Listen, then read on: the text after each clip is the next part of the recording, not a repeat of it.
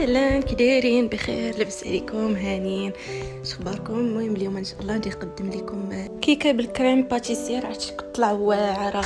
اول حاجه درت 2 بيضات، من بعد زدت عليهم نص كاس ديال الزيت ونص كاس ديال السنيده ونص كاس ديال الحليب. بحال بغيت تقول كندير نص ديال المقادير ديال الكيكه العاديه.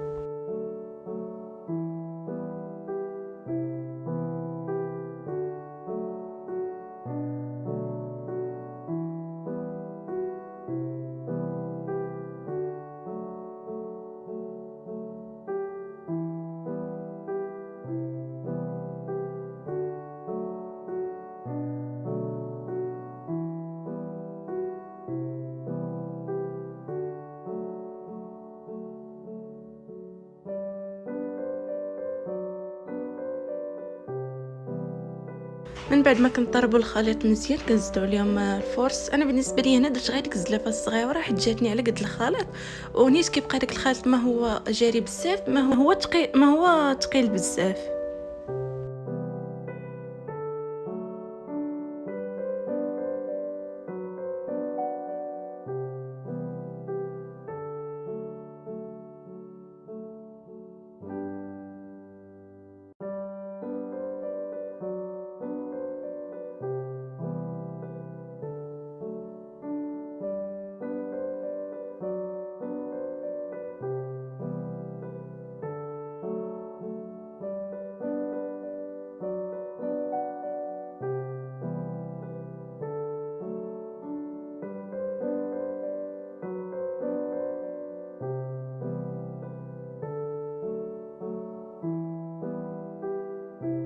من بعد ما خلطت مزيان زدت جوج فاني وزدت داك القشور ديال الحامض، غير ديك القشره الصفراء ولا ديك القشره الخضراء، ولكن ما توصلوش القشره البيضاء حيت ملي كديروا ديك القشره البيضاء كتمشي داك المذاق ديال الحامض ما كيبقاش زوين.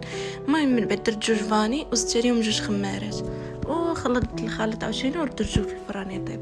كديروا الخليط على نار اللي مهيله بزاف، ولا كنتو ديروا في الفران ديال الضم الاحسن ديروا 180 درجه.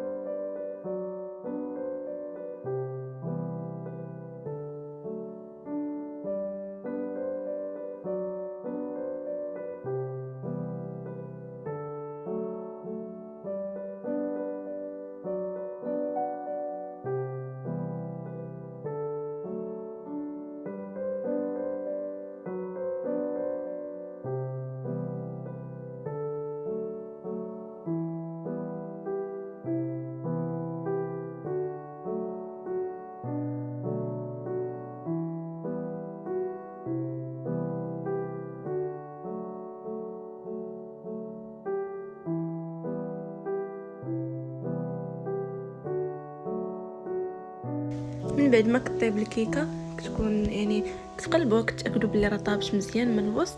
هنا ما خليتهاش شي شويه تحمرات من الفوق، ولكن نتوما من الاحسن تخليوها تحمر.